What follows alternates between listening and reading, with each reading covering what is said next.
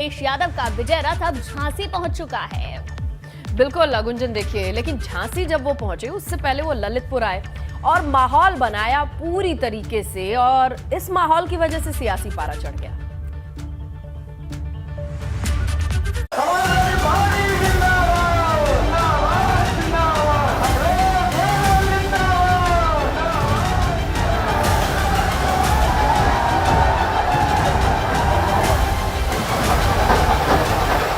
Line में लग करके एक एक वोट इनके खिलाफ डाल देना, इनकी लाइन का पता नहीं लगेगा कहां चले गए ये लोग। 22 की लड़ाई, बुंदेलखंड पर साइकिल की दूसरे राउंड की चढ़ाई।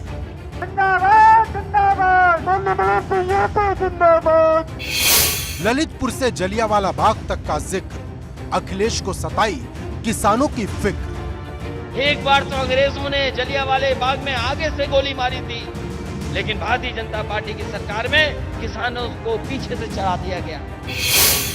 हाथ में धनुष, जुबान पर तीर, निशाने पर भाजपा।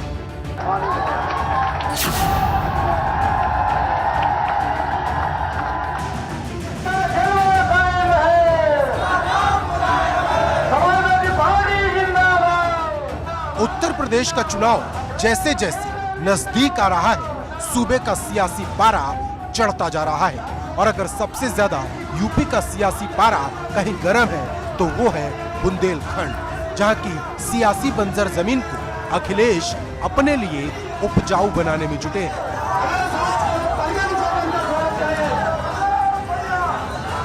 गुरुवार को अखिलेश का विजय रथ जब ललितपुर पहुंचा तो समाजवादी कार्यकर्ताओं का हुजूम उमड़ पड़ा। अखिलेश के निशाने पर हमेशा की तरह भाजपा ही थी, लेकिन इस बार तेवर थोड़े अलग थे। जात के नाम पे, धर्म के नाम पर इतना अन्याय कभी नहीं हुआ होगा जो इस सरकार में हो रहा है। आप देखोगे, जात को देख करके थाने में एक रिपोर्ट लिखी जा रही है। अगर आप आंख खोलोगे, ध्यान से अखबार पढ़ोगे, तो अब तो इन्होंने हवाई जहाज भी बेच दिए हैं, और हवाई जहाज जहां खड़े होते हैं वो हवाई अड्डे भी बिक गए हैं, और महंगाई इतनी बढ़ा दी है कि अब आपकी गाड़ी और मोटरसाइकिल नहीं चल सकती है। ये तो कहते थे कि आय दोगुनी हो जाएगी। किसान भाइयों, बताओ आपकी आय दोगुनी हुई कि नहीं हुई?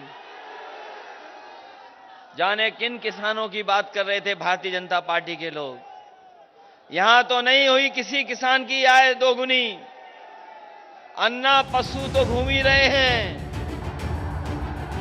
बुंदेलखंड किसानी के लिहाज से पिछड़ा इलाका है, जहां पानी की किल्लत और खाद की एक बड़ी समस्या है, और अखिलेश अब इसी नब्ज को पकड़ने की कोशिश कर रहे हैं। हम भरोसा दिला के जा रहे हैं कि आपको खाद के लिए लाइन में नहीं लगना पड़ेगा, चाहे हमें पहले से खाद खरीदनी पड़ जाए, सरकारी खजाने से पैसा निकाल करके खाद खरीद करके आपको लाइन में नहीं लगने देंगे। ऐसा इंतजाम समाजवादी लोग करके दिखाएंगे। हम लोग विकास में आगे बढ़ाने का काम करेंगे।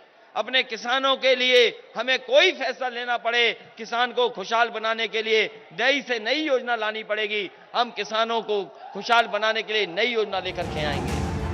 अखिलेश जहां बुंदेलखंड के सुनहरे भविष्य के सपने दिखा रहे हैं, वहीं लखीमपुर हिंसा के साथ जलियांवाला बाग का जिक्र कर किसानों को भाजपा सरकार का डर भी दिखा रहे हैं।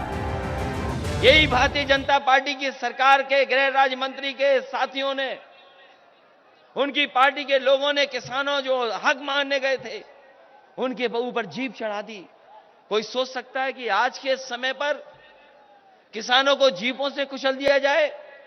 एक बार तो अंग्रेजों ने जलियांवाले बाग में आगे से गोली मारी थी, लेकिन भारतीय जनता पार्टी की सरकार में किसानों को पीछे से चढ़ा दिया गया। इन सब के बीच एक बड़ा वादा 300 यूनिट फ्री बिजली का ओम प्रकाश राजभर ने कर दिया। राजभर ने कहा, जिस दिन अखिलेश यादव शपथ लेंगे उसी दिन 300 यूनिट फ्री बिजली का भी ऐलान हो जाएगा। यहाँ जितना लोग हुआ सुन ला कान खोल के भैया, ललितपुर बा 22 में सरकार बना ला, 300 यूनिट बिजली फ्री उत्तर प्रदेश में माननीय अखिलेश यादव जी जौरे दिन शपथ लेंगे, उसके बाद ऐलान होगा 300 यूनिट बिजली फ्री।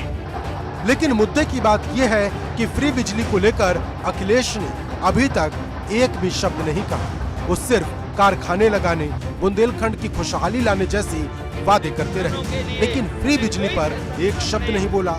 ऐसे में सवाल बड़ा है कि क्या जो वादे अखिलेश यादव और उनके सहयोगी कर रहे हैं, क्या वो पूरे भी होंगे या फिर ये वादे सिर्फ सत्ता के लिए एक हथियार है। Bureau report, ABP Ganga.